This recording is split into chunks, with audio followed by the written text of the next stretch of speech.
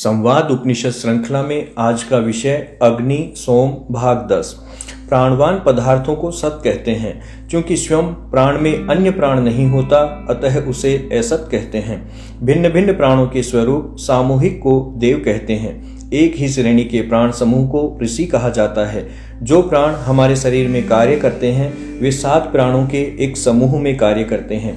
इस सिद्धांत के अनुसार हमारे शरीर में 4 गुफाएं हैं। हर एक गुफा में 7 प्राण 7 अवयवों में कार्य करते हैं। 3 युगल रूप में कुल 6 और 7वां मुख प्राण अकेला। युगल अवयव भी एक ऋणात्मक और एक धनात्मक होता है। सिरो गुहा में 2 कान, 2 आंखें, 2 नाक मिलकर कुल 6 प्राणों के स्थान हैं। 7वां स्थान मुख अकेला है। ये सब इंद्रिय है। 7वां मुख प्राण इनको शक्ति देता है जो इंद्र कहलाता है। उसकी प्रतिष्ठा ब्रह्मरंध्र में होती है। यह ज्ञान की शक्ति देता है। दूसरी गुफा को उरो गुहा कहते हैं। इसमें 2 हाथ, 2 फेफड़े, 2 स्तन युगल रूप में और 7वां अकेला अवयव हृदय है।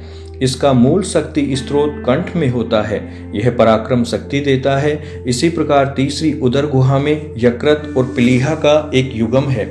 आमाशय और पक्वाशय का एक युगम और 2 वृक्क किडनी होते हैं।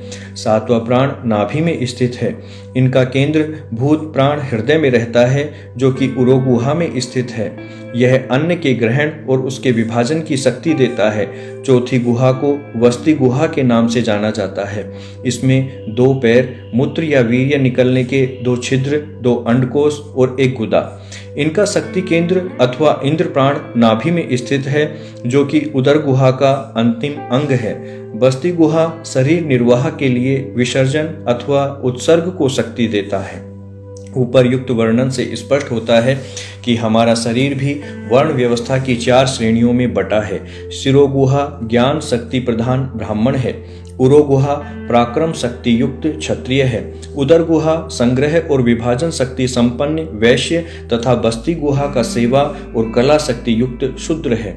शरीर के हर अवयव में भिन्न भिन्न प्राण प्रतिष्ठित हैं। इन प्राणों के स्वरूप और कार्य भिन्न होते हैं। मन को भारद्वाज ऋषि प्राण कहते हैं।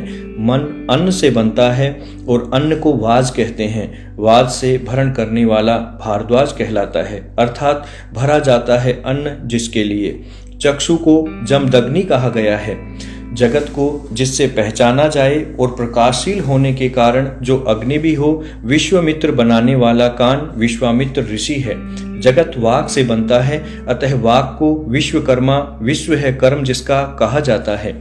हमारे शरीर में मुख्य रूप से जो प्राण कार्य करते हैं उन्हें ऋषि, पितृ, देव या असुर प्राण कहते हैं। इनको आगे 8 वसु, 11 रुद्र और 12 आदित्य में बांटा गया है। इनके साथ इंद्र और प्रजापति मिलकर 33 देवता प्राण बनते हैं। इन्हीं के विस्तार को 33 करोड़ देवता माना गया है। जीवन यज्ञ है, यज्ञ ही विष्णु है। अग्नि में सोम की आहुति से तीसरे नए तत्व का निर्माण करना ही यज्ञ का उद्देश्य रहता है। वेद में धर्म के 3 ही रूप कहे हैं, यज्ञ, दान और तप, अर्थात निर्माण या यज्ञ धर्म है। सृष्टि विस्तार का माध्यम है। सृष्टि में धर्म का रूप लय प्रलय में एक जैसा रहता है। जल की बर्फ बनता है, वाष्प बनता है, फिर जल बन जाता है। सृष्टि का मूल सूत्र है कि प्रकृति की प्रत्येक वस्तु में प्रकृति के सभी गुण उपस्थित रहते हैं। अतः किसी भी वस्तु को किसी भी अन्य वस्तु में रूपांतरित किया जा सकता है। मात्रा भेद ही अंतर होता है। प्रबंधन भी मूल में सबको पहले आदमी मान लें, हर एक में प्रकृति के सभी गुण मान लें तो हर व्यक्ति को हर कार्य के लिए तैयार किया जा सकता है। पत्रिका इसका श्रेष्ठ उदाहरण है, जहां गांवों से आए अर्ध शिक्षित लोग अत्याधुनिक मशीनों पर कार्य कर रहे हैं। अभ्यासेन कौन्ते वैराग्येन च गृह्यते। अभ्यास ही इस जीवन का सार है। हर नए निर्माण के लिए अभ्यास चाहिए। करत करत अभ्यास के जड़मति होत सुजान। केवल सीखने की इच्छा बल्कि संकल्प भी होना चाहिए मन में। इस संकल्प रूपी बीज से जीवन का इच्छित वृक्ष बन जाता है। बस फल जरूर बीज नहीं खा सकता। हर दुल्हन अभ्यास करके समय आने पर गृह स्वामिनी बन जाती है। ससुराल के सारे रीति रिवाज और परंपराएं उसके जीवन की पहचान बन जाते हैं। लेकिन ये सब तो जीवन के स्थूल अंग हैं। जीवन तो प्रेम के अभ्यास का पर्यायवाची है। प्रेम ही समर्पण है, भक्ति है, शक्ति है। प्रेम होता नहीं, किया जाता है। भक्ति होती नहीं, की जाती है। अर्थ और काम के जीवन में प्रेम का नाम ही धर्म है और इसका फल ही मोक्ष है, क्योंकि प्रेम में कोई कामना नहीं होती है, अपेक्षा का भाव नहीं होता है। यही मोक्ष का स्वरूप है। जहाँ अपेक्षा है, आदान प्रदान का आग्रह है, उसे व्यापार कहते हैं। वहाँ प्रेम को ढूंढना ही व्यर्थ है। भौतिकवाद ने जीवन के प्रेम मार्ग पर कैंची चला दी। अब तो शादी के बाद भी प्रेम नहीं रह गया।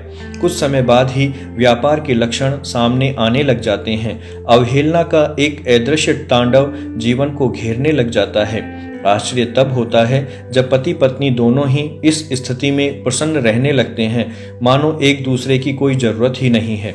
अपने सपनों की मूर्ति तैयार करने के लिए पत्नी अपने पति के साथ परिस्थितियों के अनुसार श्रद्धा, वात्सल्य, स्नेह और काम का संबंध बनाती ही रहती है।